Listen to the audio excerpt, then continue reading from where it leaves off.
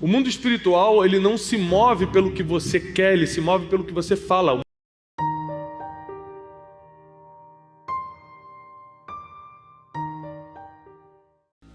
Eu quero compartilhar com vocês, nesse período da manhã, sobre a matemática do destino.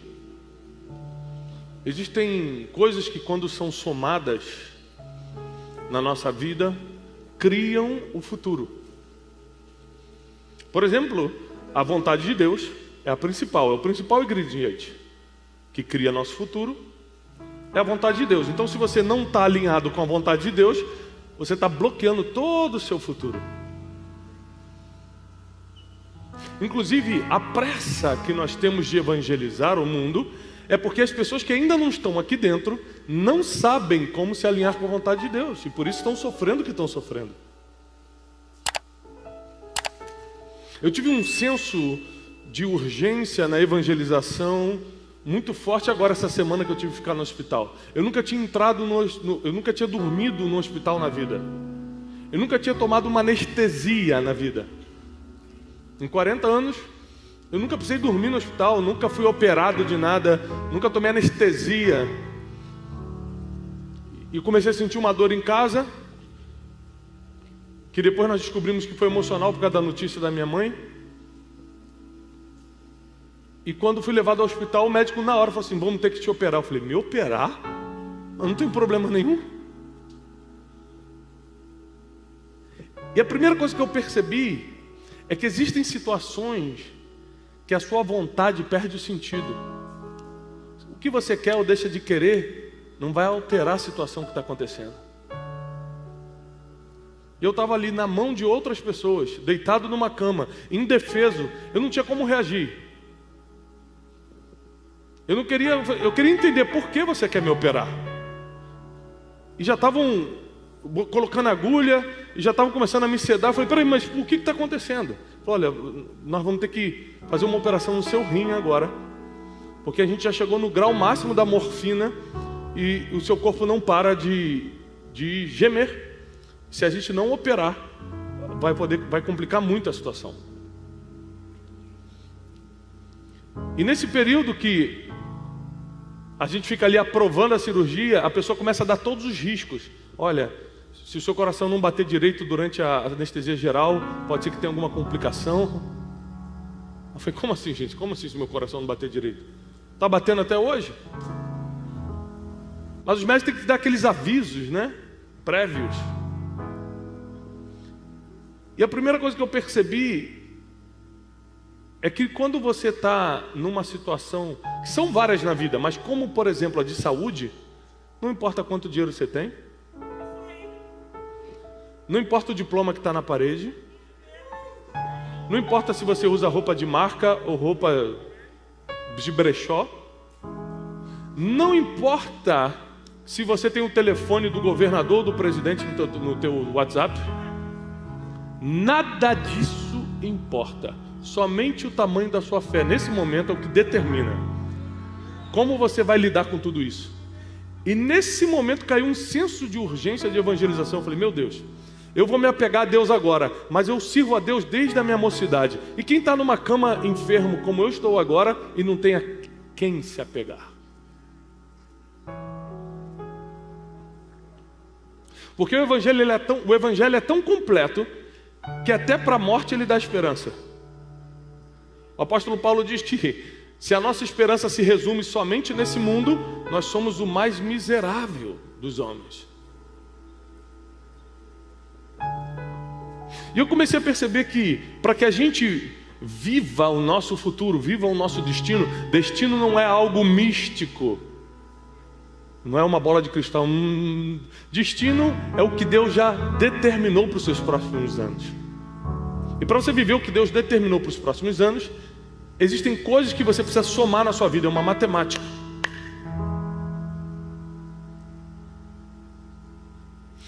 E como muitos de vocês acompanharam, essa semana minha mãe faleceu. A gente não esperava, ela não estava com nenhum problema, ela estava lá em casa, feliz, estava tudo certo. De madrugada meu pai bateu na minha porta e falou: Tiago, sua mãe está passando mal. Eu levantei 4h30 da manhã. peguei minha mãe, fui carregando ela pela escada, botei no carro e levei para o hospital. Eu não saberia, mas era a última vez que eu estava vendo a minha mãe em consciência. E nesse período que ela ficou no hospital, eu comecei a fazer um checklist, que geralmente,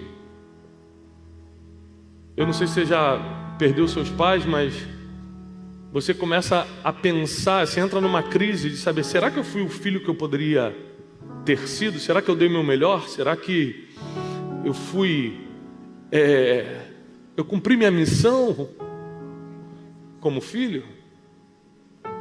E eu comecei a pensar várias coisas, eu comecei a anotar muitas coisas. Eu comecei a anotar coisas desde a minha infância e adolescência, que eu vivi com a minha mãe, até esses últimos dias.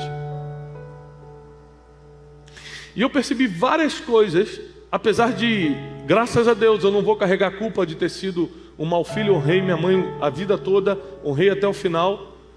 Nenhum eu te amo foi guardado, todos foram liberados em vida. Todos os abraços, todos os beijos. As nossas últimas conversas de WhatsApp provam tudo isso.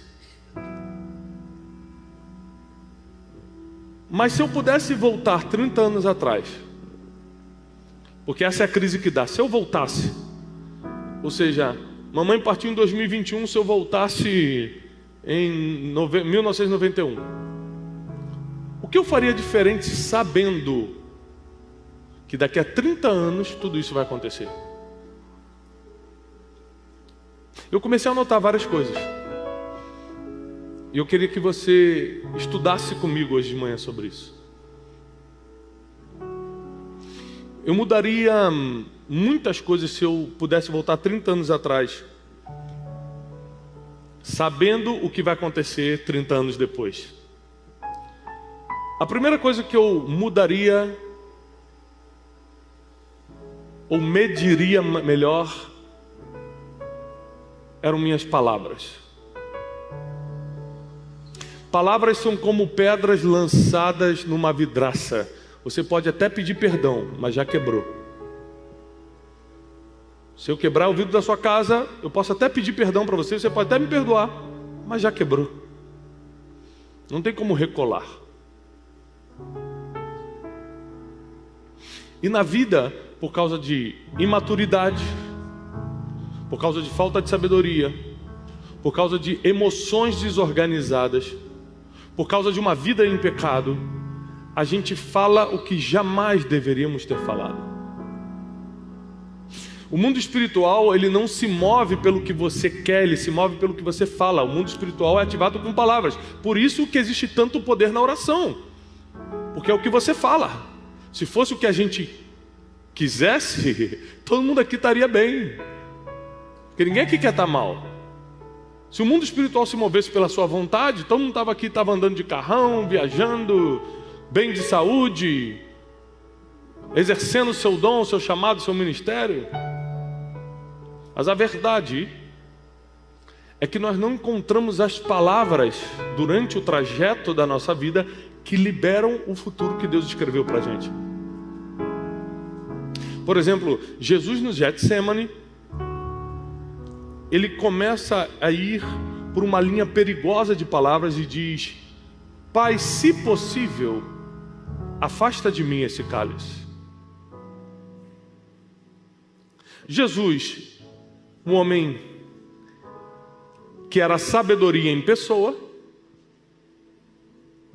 a própria sabedoria, Jesus era a própria sabedoria, ele fala: se possível, afasta de mim esse cálice, mas contudo, vírgula, porque a sabedoria sabe consertar as coisas. Não seja como eu quero, porque o que eu quero é sair dessa missão, mas seja conforme a tua vontade. O problema é que quando a gente quer alguma coisa, e principalmente quando essa coisa é desesperadora, como a angústia de morte que Jesus estava sentindo no Getsemane, a gente não negocia com Deus, a gente começa só a implorar. A gente não conversa com Deus, a gente só quer determinar. Eu determino que eu não vou passar por isso. As suas palavras não têm poder diante de uma palavra de Deus que já foi decretada. Você pode gritar o que for. A vontade de Deus é boa, perfeita, agradável, vai durar para sempre e é maior do que a nossa vontade. Se eu pudesse voltar 30 anos atrás, eu mediria muito, muito mais as minhas palavras. Eu joguei muitas palavras ao vento que eu me arrependo. Principalmente quando nós somos jovens e a gente acha que é o dono da verdade. Minha filha tem 12 anos e acreditem, na cabeça dela, ela já sabe mais do que eu.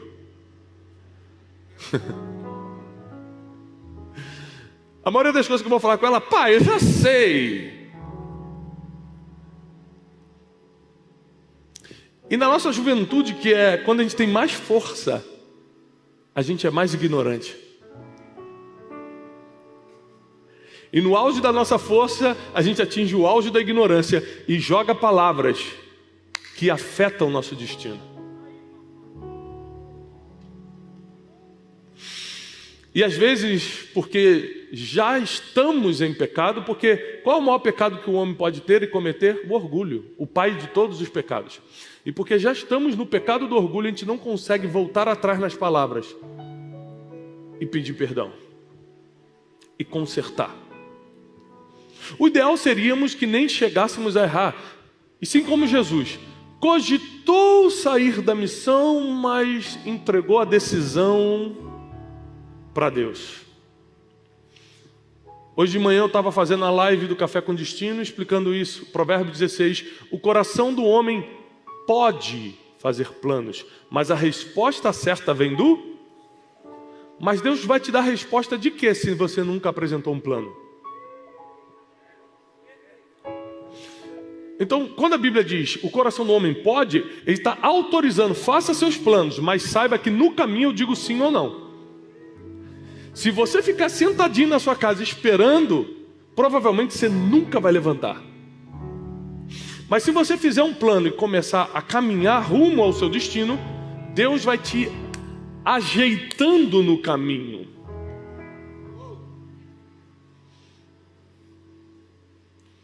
Deus vai dizendo sim ou não no meio do caminho.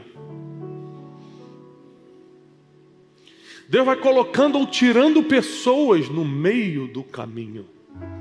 Aliás, se você parar para pensar, Jesus era especialista em aparecer no meio do caminho. Ele deixava as coisas acontecerem, no meio do caminho ele entrava. No meio do caminho de Jairo, no meio do caminho de Emaús, no meio do caminho de Lázaro. Ele ia no meio do caminho, para que você se desenvolva, para que você cresça. Ou seja, eu amo ficar com meu filho no colo, mas se eu ficar com ele no colo o tempo todo, ele não aprende a andar. Então tem vezes que Deus não vai te pegar no colo, não porque Ele não te ama, mas porque você precisa aprender a andar.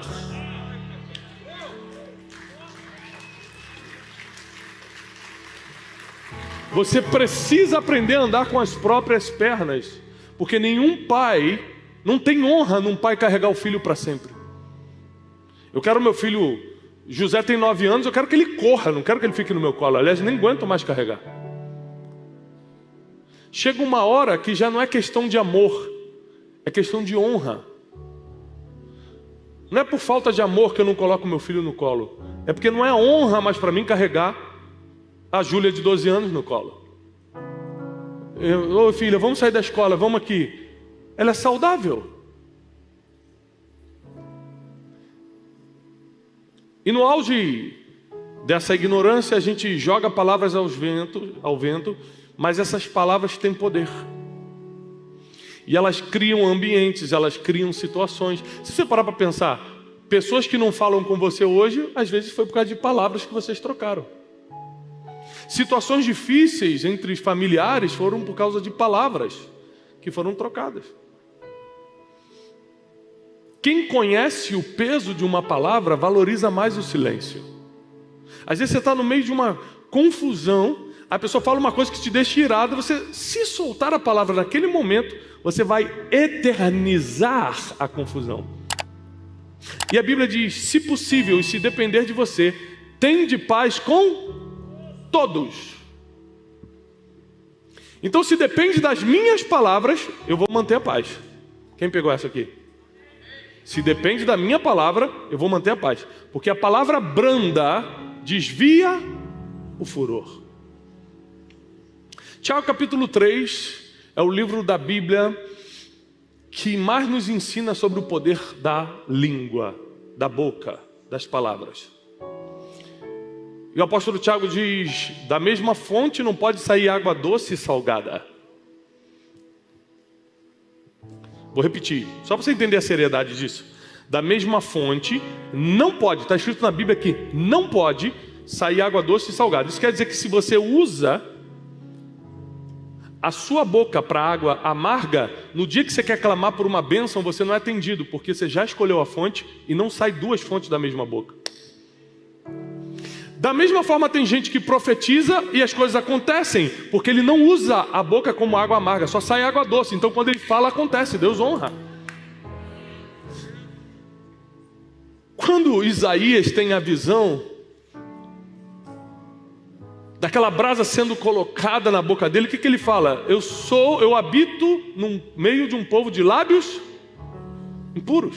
Quando o cara está diante de Deus, o que mais pesa na boca, o que mais pesa no coração dele é como usam a boca. Quando ele está diante da glória de Deus, o que mais pesou não foi a imoralidade do povo, não foi tal coisa do povo, não foi a mentira do povo, foi como o povo usa as palavras. Foi o que mais envergonhou ele diante de Deus. Nós somos medidos pelo que falamos. As pessoas vão julgar se você é um homem ou uma mulher de Deus pelo que você fala. Ou você nunca percebeu isso? A forma que você fala, o jeito que você fala, as palavras que você usa, o momento que você fala e o momento que você se cala, tudo isso denuncia quem é você no mundo espiritual. Então a primeira coisa que certamente, se eu pudesse voltar 30 anos atrás, eu mudaria, era a forma como eu usei as palavras. Eu me arrependo de muita coisa. Eu mudaria muita coisa. Se hoje eu estou vivendo o que eu estou vivendo pela graça e misericórdia de Deus, eu te garanto, que se eu tivesse usado as palavras melhor, eu poderia estar vivendo isso há 10 anos já, e não agora. Janine sempre fala isso para mim. Ela fala: Tiago, o que você está vivendo hoje, na minha cabeça era para você estar vivendo há muito tempo. O problema é que você se distraiu com aquilo, fez aquilo outro, tinha medo disso, não queria assumir teu ministério. E ela joga 10 coisas, 10 listas que toda esposa tem do marido, né? 10 fatos porque você não prospera. A esposa sempre tem. Pergunte para sua esposa que ela te entrega na hora, ela fala tudo. E uma das coisas que ela mais falava, jogava na minha cara, era a forma como eu usava as palavras. Eu não media o que eu falava. Hoje eu tenho muito cuidado com as palavras que eu uso, porque eu sei que quanto mais a pessoa te admira, mais ela se ofende com o que você fala. Às vezes eu estou com meus 4 filhos num restaurante, dando comida para um, brincando com o outro. Chega alguém e fala assim: Tiagão! Oi? Tirar uma foto. A pessoa não entendeu que eu estou com meus filhos, que eu estou ajudando a dar comida. Não entendeu isso. Se eu falar assim: agora eu não posso, filho, eu estou dando comida para meu filho, mesmo que eu fale com toda tranquilidade, ele vai ficar chateado, por causa do nível de admiração que a pessoa tem. Quando eu entendi isso, eu entendi que o sacrifício que eu tenho que fazer é só um minuto, Joaquim, segura a colezinha você aqui 1 minuto. Ô meu filho, vamos lá, tira a foto aqui. Quando eu voltei, Joaquim já estava sozinho, nem precisa mais, pai, já foi. Segue tua vida aí, que eu estou seguindo a minha aqui. Mas é exatamente essas cenas que acontecem. Você tem que aprender a usar as palavras em vários momentos, não só quando entra no mundo espiritual para declarar coisas, mas também no dia a dia, onde anjos e demônios estão escutando seus comandos. O bem e o mal militam A carne e o espírito militam. E ambos ficam de braços cruzados esperando as palavras que saem da sua boca para eles poderem agir. Quantos pais, na raivinha do momento, falaram para o seu filho do capeta, para o próprio filho. Aí o demônio, opa, começando a agir agora. Seu burro, você não faz nada direito. Quantos pais, não porque estavam não amavam os filhos, mas porque estavam com raiva no momento. A gente esquece que as emoções, elas duram segundos, mas o que a gente faz quando está emocionado pode durar para sempre. É por isso que nós temos que ter um fruto do Espírito fundamental para o ser humano, que é o domínio próprio, que a inteligência emocional chama de autocontrole. Porque se nós não tivermos domínio próprio, nós nunca saberemos usar as palavras. E esse é apenas o primeiro ponto dos 36 pontos que eu faria diferente, que nós vamos estudar hoje de manhã.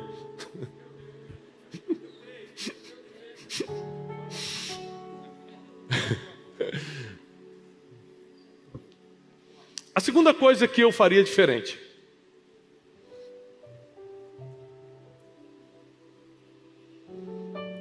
E que eu aprendi isso, infelizmente, tarde. Deu tempo para salvar muita coisa, mas eu sofri muita coisa que eu não precisava ter sofrido. Porque na vida nós vamos ter aflições, tá? Fazendo tudo certo ou tudo errado, você vai ter aflição. Jó não fez nada de errado e sofreu o que sofreu. A Bíblia diz que ele era perfeito diante de Deus e sofreu o que sofreu. Aflição a gente vai ter. Agora existem aflições que você não precisava ter. Existem excessos de sofrimento que já não eram para você. E a maioria desses sofrimentos em excesso na vida vem pelas pessoas que você escutou. Então, o segundo ponto que eu faria diferente, eu escolheria melhor as pessoas que eu escutei durante a vida. Eu lembro de uma vez que eu desobedeci meu pai, eu era adolescente, e meu pai, militar, pastor, controlava a gente em casa no esquema militar pastoral. Você imagina essa mistura.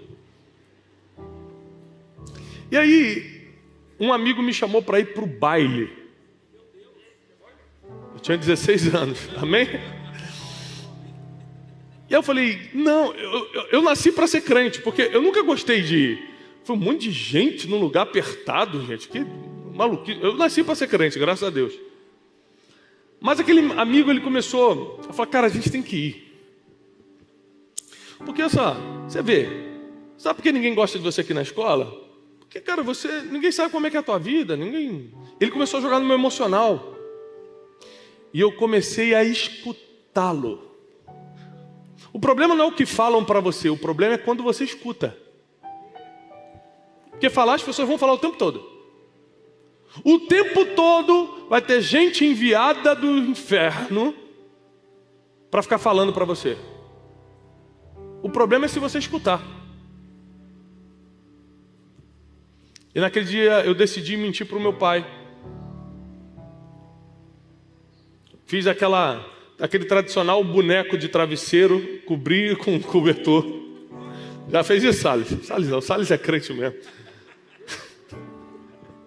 Pulei pela janela do meu quarto, pulei o muro e fui para o baile.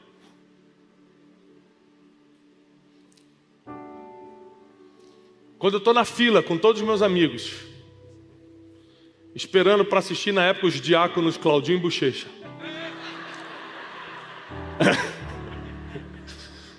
Que Deus o tenha. Vem uma mão no meu ombro. Fala, Tiago! Quando eu olho, Dona Fanny, minha mãe. Que palhaçada é essa? Olha, eu falei, Jesus, como pode? Eu saí escondido. Na esquina do baile, a moça que estava vendendo os doces, refrigerante, era da igreja. Deixa eu te falar uma coisa, se você é da igreja, esquece, vão te achar. Vão te achar, não adianta. A irmã ligou lá para casa e falou, pastora Fanny Você não sabe quem está aqui no baile? Minha mãe, quem? Seu filho Tiago, ela. Aquele ministro do Senhor? Duvido. É ele sim. Mamãe foi lá, me fez passar uma vergonha. Conclusão, fiquei o ano todo sendo chacota na escola. Porque minha mãe foi me tirar pelos cabelos da fila do baile. Conclusão, para sua informação, nunca entrei num baile na vida. Amém? Espero que Deus conte isso na coroa. Nunca, Deus. Tu és prova. E o que era ruim na escola ficou pior. Ou seja, porque eu escutei a pessoa errada, a minha vida piorou muito. Porque agora eu estava mal em casa e estava pior na escola.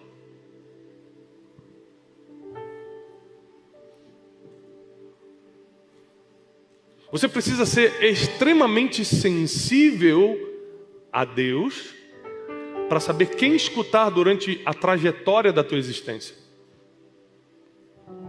Porque às vezes não é questão que a pessoa não é de Deus, ela só não é a pessoa certa para aquele momento.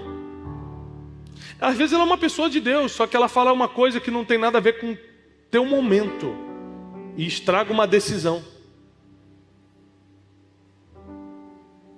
Geralmente nós admiramos pessoas que não são bem o que a gente imagina. E quando essas pessoas falam alguma coisa, a gente toma como verdade.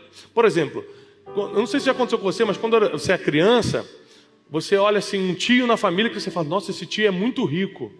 Aí você cresce, a sua infância e adolescência, falando, nossa, esse tio é muito rico. Aí quando você cresce e conhece a pessoa, você fala, meu Deus do céu, como é que eu achava que ele era rico? Às vezes é por causa de um carrinho financiado melhor que ele tinha. É por causa de algum detalhezinho. Quando você é criança, você interpreta que aquela pessoa tem dinheiro. Já aconteceu contigo alguma coisa parecida com isso? Você achar que a pessoa é isso. Quando você cresce, você fala, nada a ver, gente. Como é que eu achei isso a vida toda? Isso acontece também na fase adulta por causa dessa morfina espiritual que deixa a gente meio desligado, insensível, sem sentir. E a gente começa a olhar para uma pessoa, achar que aquela pessoa é alguma coisa, e a gente dá liberdade para essa pessoa falar na nossa vida, só que ela vai te levar por um caminho que não tem nada a ver do que já estava alinhado na eternidade para você.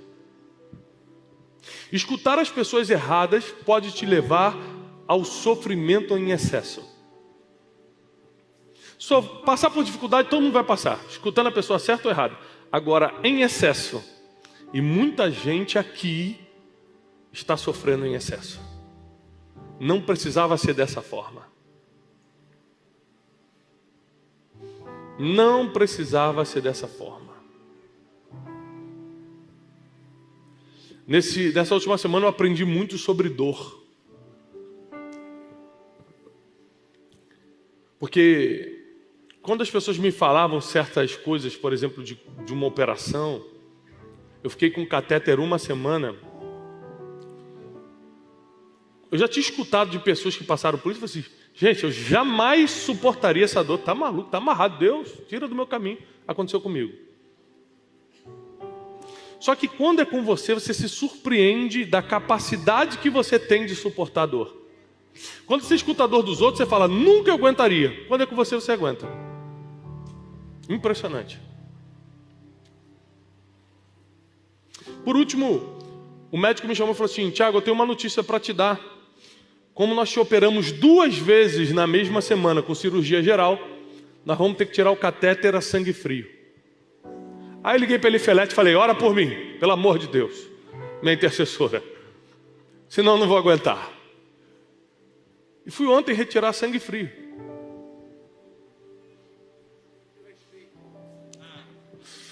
Salles já passou por isso, só que isso tirou com anestesia, né? Eu fui a sangue frio, jovem. Sabe, você está orando por mim? Estou de pé. Sabe o que eu entendi? Que o medo que a gente tem de passar por sofrimentos e por dores é mentiroso. Porque quando a dor chega, você passa por ela e fica de pé. Eu estou de pé. Na minha cabeça eu nunca suportaria aquilo. Passei sem anestesia ainda e estou aqui. Deus só envia o que você pode suportar. Deus só envia o que você aguenta.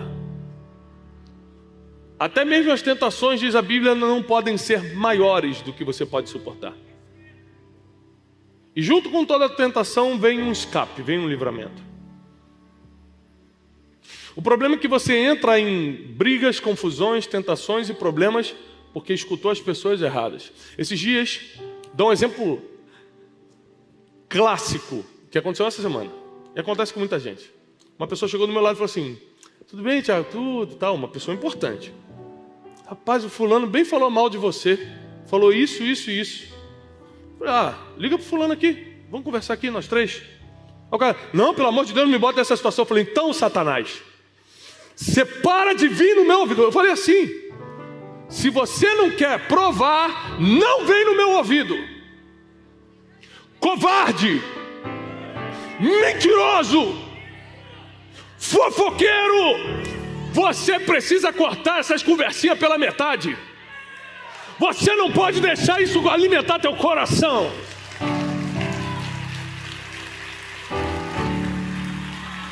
Você não quer se sentir mal, mas quer que eu me sinta mal me dando essa informação, né?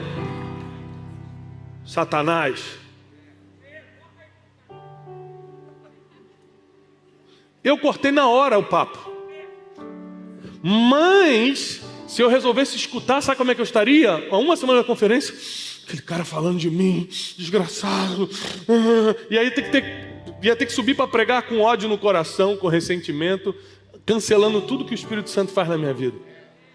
Olha como é que é a estratégia do inimigo.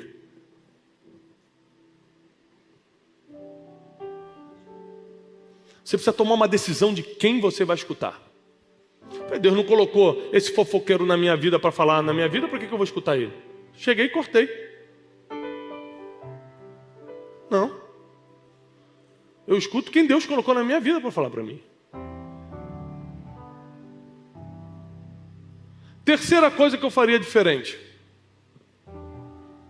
Se você puder anotar.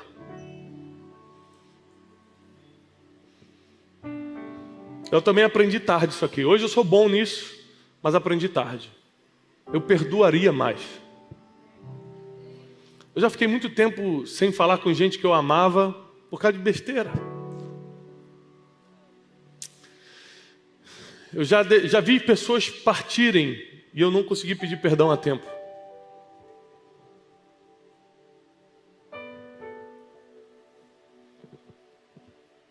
Eu descobri que o orgulho, que é o maior inimigo, na minha opinião, o maior inimigo do ser humano, ele faz com que a gente tenha dificuldade em perdoar e ser perdoado.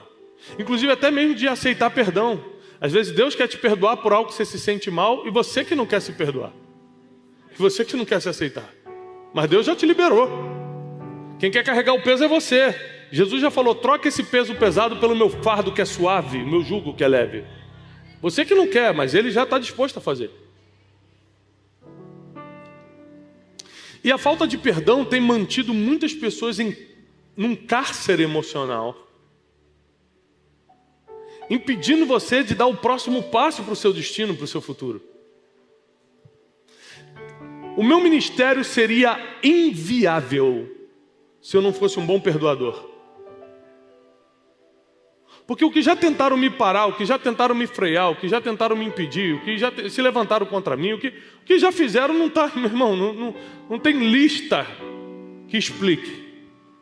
Mas como eu sempre fui bom de perdoar, sempre que eu digo recentemente, sei lá, 7 anos para cá, fiquei especialista em perdoar. Eu consegui, apesar das dificuldades, dos ataques, das pressões, de qualquer coisa, continuar caminhando. Porque no final das contas ninguém te para, você que resolve parar quando não perdoa. Ninguém tem poder de te parar não.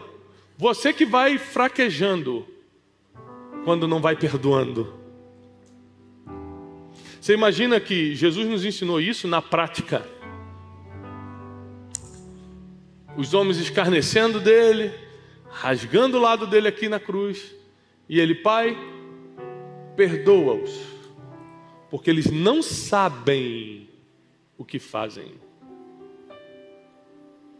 Uma vez eu vi um testemunho de uma mulher que perdoou o bandido que num assalto matou o filho dela.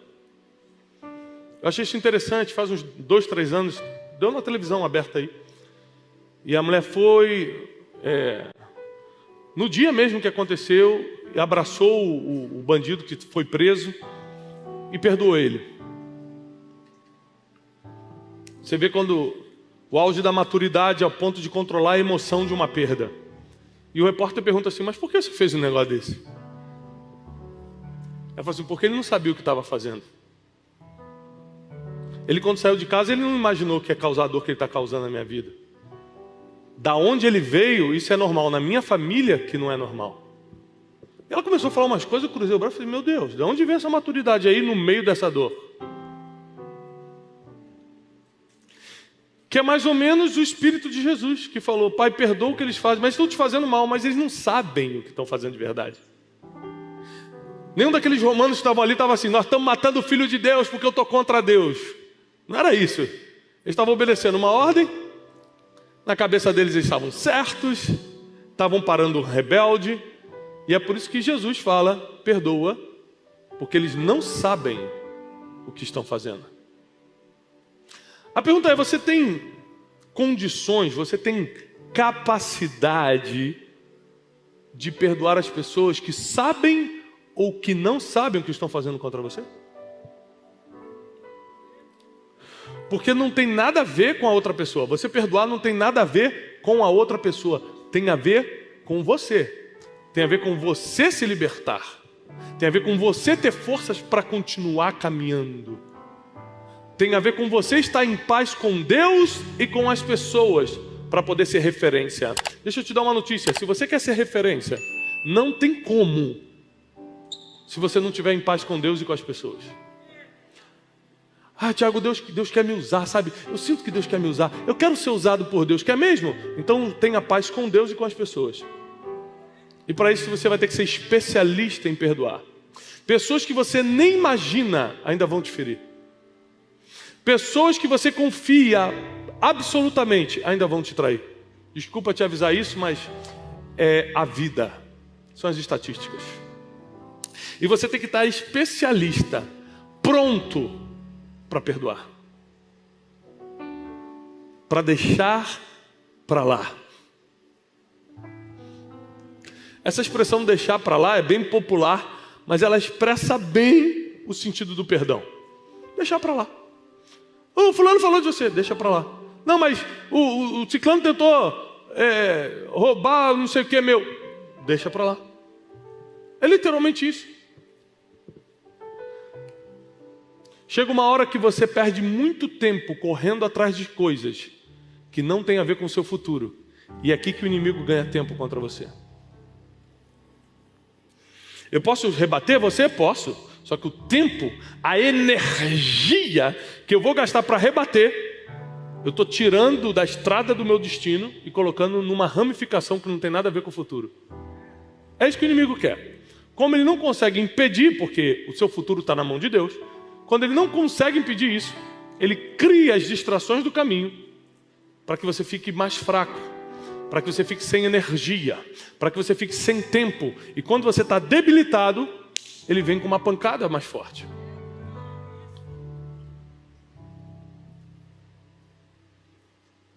Então chegou a hora da gente decidir quais são as coisas que nós faríamos diferente se eu pudesse experimentar o futuro, voltar atrás e, sabendo o que vai acontecer, agir de novo. Será que eu realmente brigaria com aquele familiar no Natal se eu soubesse que daqui a 3 anos ele vai morrer? A pergunta é, por que a gente já não age como se todo dia fosse o último? Se eu partir hoje, eu estou em paz com todo mundo? Se eu partir hoje, eu dei o meu melhor para Deus? Se eu partir hoje, eu contribuí com a humanidade, eu contribuí com a minha geração? Davi, quando morreu, uma das frases mais bonitas da Bíblia, Davi, quando morre, a Bíblia diz assim, e Davi, tendo servido a sua geração, dormiu com seus pais. Servir a sua geração. Como você vai servir as pessoas se você não consegue perdoá-las? Como você vai servir uma geração se você está ferida com ela? Não dá, não tem como. Então, com certeza, eu perdoaria mais. Porque muito tempo na minha vida, eu fui extremamente prejudicado, principalmente emocionalmente. Prejudicado emocionalmente. Porque eu não sabia perdoar. E não saber perdoar, acredito, está diretamente ligado ao orgulho. E a Bíblia diz que Deus abate os orgulhosos, mas dá graça aos humildes. A última coisa que eu faria diferente, para quem vai anotar, eu pregaria mais. Agora, esses dias no hospital, eu falei, meu Deus, eu preciso pregar mais. Eu preciso levar a palavra para mais gente. Porque tem muita gente em sofrimento. Você imagina que eu entrei no hospital, eu estava no corredor, esperando atendimento, curvado de dor. A enfermeira chegou e falou assim, bom dia, pastor. Bom dia. E ela queria começar a contar como foi a experiência dela de ler um livro. Só que eu estava tendo uma crise. Eu falei assim, pode dar só um remedinho, depois a gente fala do livro? Ah, tá bom. E no caminho ela me botou na veia aqui, eu fui mandando. E aí uma senhora falou assim, é o pastor Tiago? Aí eu quero só uma oração. Imagina, eu com um negócio aqui, peguei, Senhor, abençoa essa senhora. Tá melhor do que eu, Deus, mas abençoa.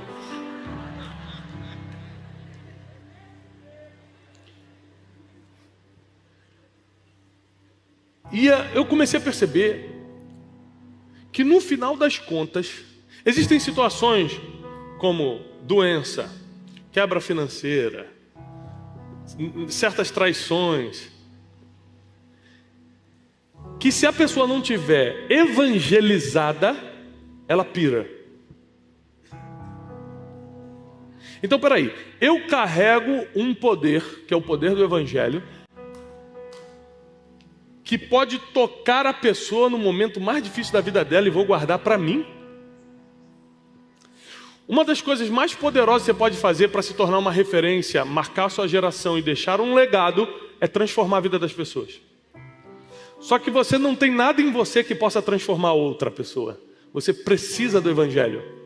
Porque é o evangelho que transforma, através do que você fala, entrega. Então, se você entregar outra mensagem que não seja o evangelho de Cristo, não vai ter transformação. Tem um projeto chamado Transformation Day. Alguém já assistiu o Transformation Day? O Transformation Day, a gente colocou ele no ar como um projeto de inteligência emocional. Mas você pegar ali, do início ao fim, nada mais é do que Bíblia. É que eu não abro a Bíblia, não oro. Foi uma coisa que a gente fez para o público geral. Mas eu faço as pessoas pedirem perdão para os pais, faço as pessoas confessarem seus pecados. Tudo está na Bíblia, eu boto ali no Transformation Day e falo, ó, isso aqui é inteligência emocional. Aí todo mundo, Aí tem gente sendo liberta, gente pedindo perdão. Ou seja, porque a transformação não está na técnica da faculdade. A transformação está no Evangelho de Jesus. Ele é o caminho, a verdade e a vida. E ninguém vai ao Pai, a não ser por Ele. Ele é o único intercessor entre Deus e os homens. Agora presta atenção. Se Deus está sentado no trono, e se o Espírito Santo está aqui, na terra com a gente, quem sabe disso? Que o Espírito Santo está aqui, Deus está sentado no trono. Jesus está onde fazendo o quê?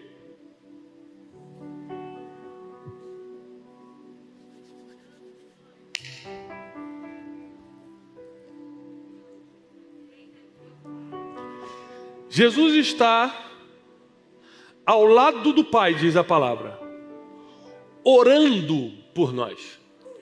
Presta atenção, quando você entra numa dificuldade, você entrou numa dificuldade, Bruno entrou numa dificuldade, Jesus começa do lado do Pai. Abençoa o Bruno, protege o Bruno. Bruno está passando por isso. Ele começa a interceder por você ao lado do Pai.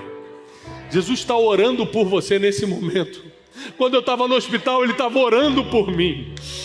Quando nós estávamos passando os momentos mais difíceis da minha vida, Jesus estava ao lado do Pai dizendo: salva o Tiago, eu morri por ele, vamos trazer, vamos salvar, vamos resgatar. Jesus tem um trabalho que é interceder entre você e Deus, e Ele o faz muito bem. Ele cumpre a sua parte. Você precisa agora cumprir a sua, de anunciar esse evangelho aos 4 cantos da terra.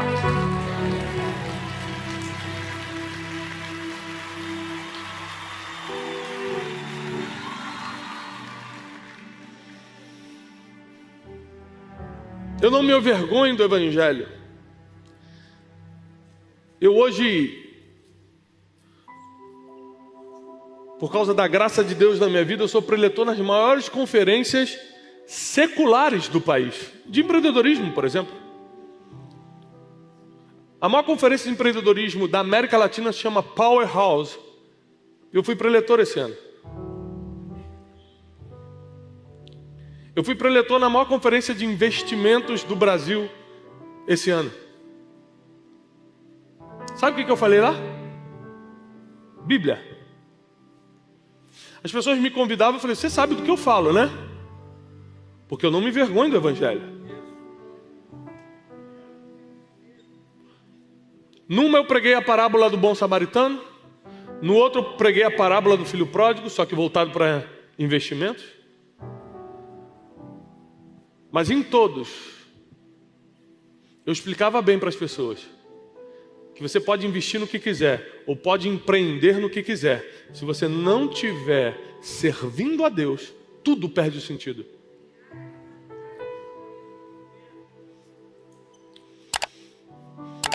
Minha mãe, quando entrou em coma, eu cheguei para o médico e falei para ele: me diz o que eu posso fazer, qualquer coisa, qualquer valor, qualquer hospital que eu possa transferir.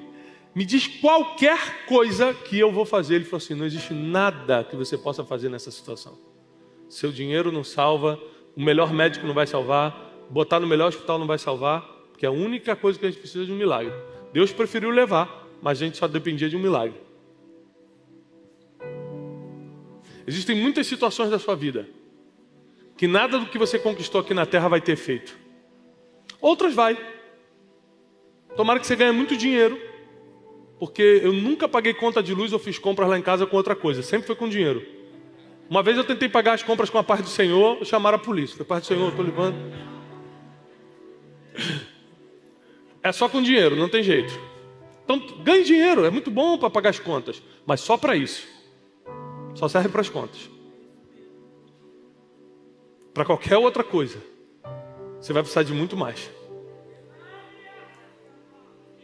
Então coloque toda a sua esperança no Evangelho de Cristo, que é o único que promete vida eterna, perdão dos pecados e salvação para sempre. Coloca seus olhos na eternidade, porque essa vida, e eu provei isso essa semana, passa muito rápido.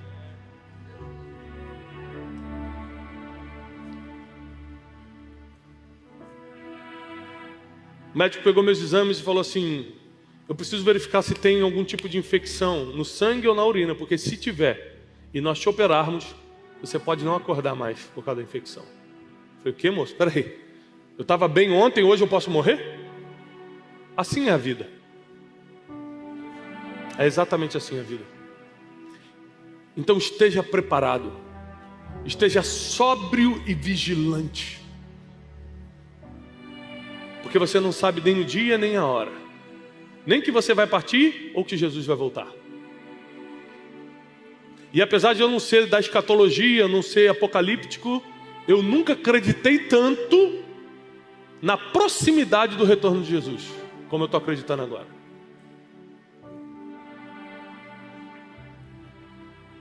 Os sinais cada vez ficam mais fortes. Cada vez esse mundo perde mais a graça, está mais injusto, está mais violento, está mais impossível de se viver.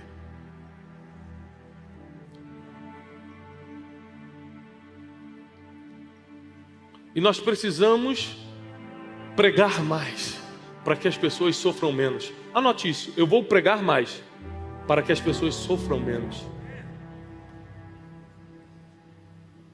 Eu vou pregar mais para que as pessoas sofram menos. Você não precisa estar aqui no púlpito para pregar, gente. Deus quis me colocar aqui, mas eu prego em qualquer lugar.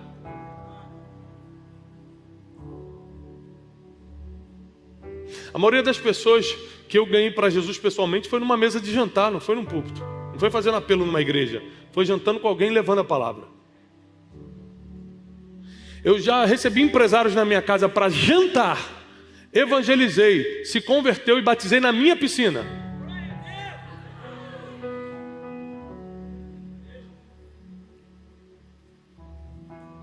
Porque nós temos que estar prontos em todo momento. Nós estamos aqui em missão, nós não estamos de passeio na terra. Nós estamos em missão. Agora presta atenção. Se eu pudesse voltar 30 anos atrás e mudar tudo isso, juntar isso nessa matemática do destino, palavras, pessoas que eu escuto, perdão, pregar mais, escutar mais a Deus, porque para pregar mais você tem que escutar mais a Deus. Se eu pudesse voltar 30 anos e fazer isso diferente, por que eu não faço hoje para mudar meus próximos 30 anos?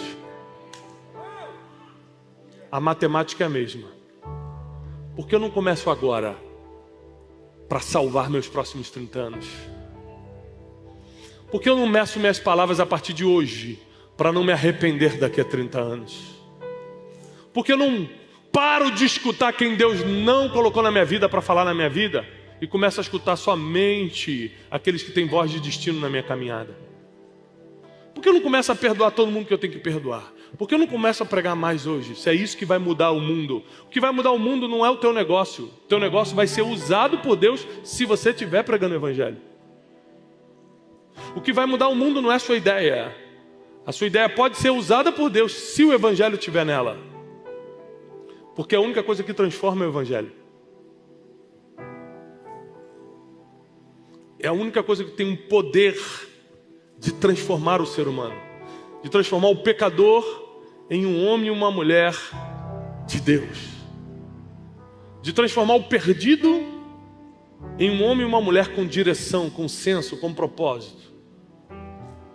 E nessa manhã eu queria que você fizesse um checklist de tudo que você faria diferente se pudesse voltar atrás, para que com essa lista na mão você começasse a agir a partir de hoje.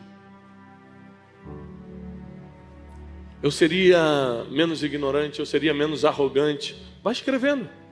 Pode escrevendo agora, para aí, vai escrevendo. O que você faria diferente?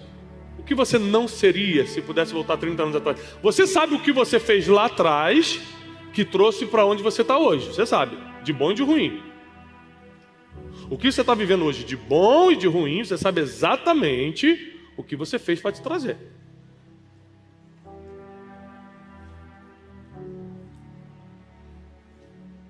Então vá anotando. Take your time. Tira 2 minutos para você anotar isso. Anota mesmo. Tudo que você precisa mudar, tudo que você precisa deixar para lá, tudo que você precisa fazer diferente. Dá tempo, você está vivo. Enquanto a vida, há esperança. Você está vivo.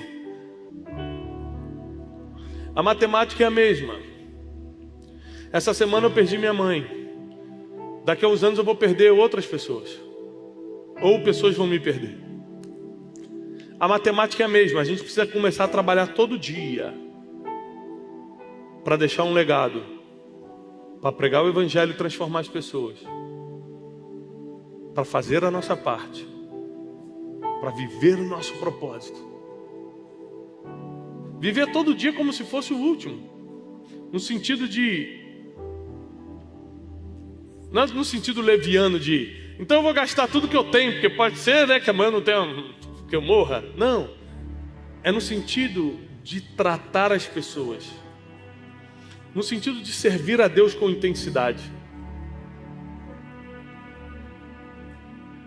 Servir a Deus com intensidade.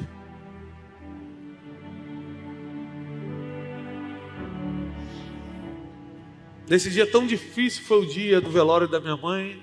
Eu fiz a live do Café com Destino normalmente. E muitas pessoas me questionaram na mensagem dizendo: mas como pode? Por que você não para um dia? E eu postei um versículo como resposta. Se você se mostra frouxo no dia da angústia, a tua força será pequena. Então a Bíblia diz que para sua força ser grande em Deus, você não pode afrouxar nos dias difíceis. É muito difícil. A Bíblia nos pede coisas muito difíceis. Mas eu quero ser um homem que até o último dia da minha vida vai ser conhecido como um homem que levou a Bíblia a sério. Eu vou levar a Bíblia a sério. Se está escrito, está escrito.